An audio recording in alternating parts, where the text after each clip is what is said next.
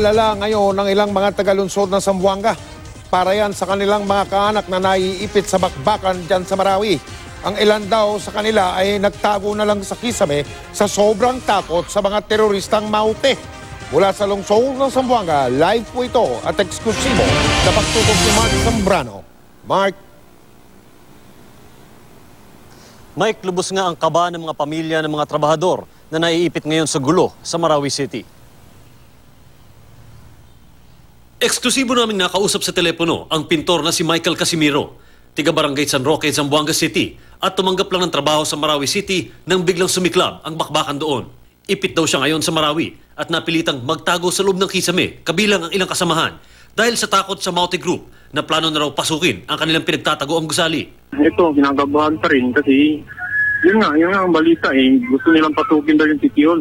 Gusto nila siguro na gawin yung gaya ng Zamboanga na lagyan ng plug. Yung ganun siguro yung ano nila, pakay. Kasi dami kami sibilyan dito, siguro 40 plus kami dito.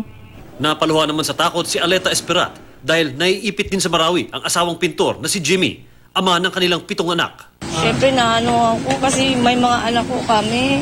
Ano na lang, wala ko kasi, siya lang kasi nagtatrabaho sa amin. Sinong mabubuhay sa amin pag mawala siya? Simula ngayong araw, ipapatupad na ang no ID, no entry policy sa buong lungsod ng Zamboanga. At ang mga patang na katulad nito at lahat ng mga sasakyang pandagat na dumadaan dito ay dumadaan sa masusing inspeksyon.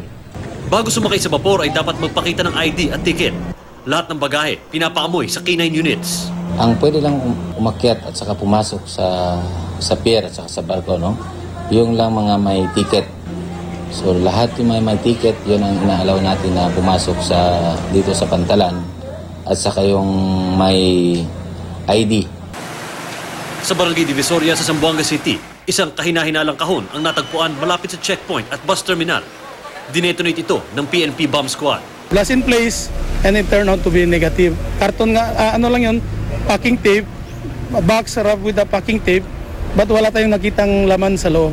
At least na makikita nila yung higpit ng seguridad dito sa Zamboanga City ay hindi basta-basta.